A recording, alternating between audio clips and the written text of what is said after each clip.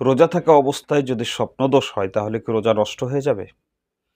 এটা এমন একটা প্রশ্ন, যুব সমাজ এই প্রশ্নের জবাবটা নিতে তারা আ স্বাচ্ছন্দ্য বোধ মনে করেন না বা লজ্জিত হন, শরম করেন যে এই প্রশ্নটা এখন জিজ্ঞেস করব কিভাবে? যে আমার তো রোজা থাকা অবস্থায় স্বপ্নদোষ হয়ে গিয়েছে। এখন আমার রোজা থাকলো না নষ্ট হয়ে গেল। এটা আমি জানবো কিভাবে? শরম লাগে। তো মূল বিষয় হচ্ছে যে ইসলামের বিধান বা ইসলাম জানার ক্ষেত্রে যে প্রশ্নই হোক না কেন, শরম করা চলবে না। আপনার যেটা সমস্যা আপনি সেটা জানবেন আলেমদের কাছ থেকে। আপনি লজ্জা করবেন না, শরম করবেন না।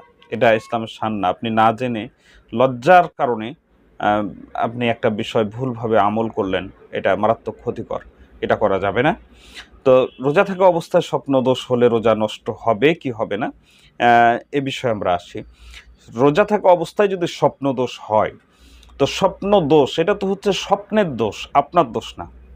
আপনার কারণে স্বপ্নদোষ হচ্ছে না।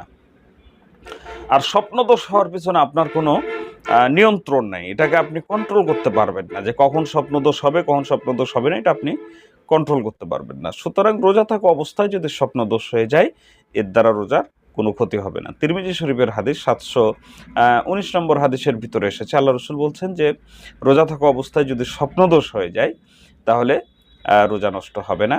রোজা হয়ে যাবে ইনশাআল্লাহ। সুতরাং এটা নিয়ে টেনশনের কিছু নাই। রোজা থাকা অবস্থায় স্বপ্নদোষ হয়েছে, আপনি পবিত্র হয়ে যান। এতে রোজা নষ্ট হবে না ইনশাআল্লাহ। আল্লাহ পাক আমাদের রমজান মাসের রোজাগুলিকে কবুল করে নেন, সঠিকভাবে রাখার তৌফিক দান করেন। আমিন।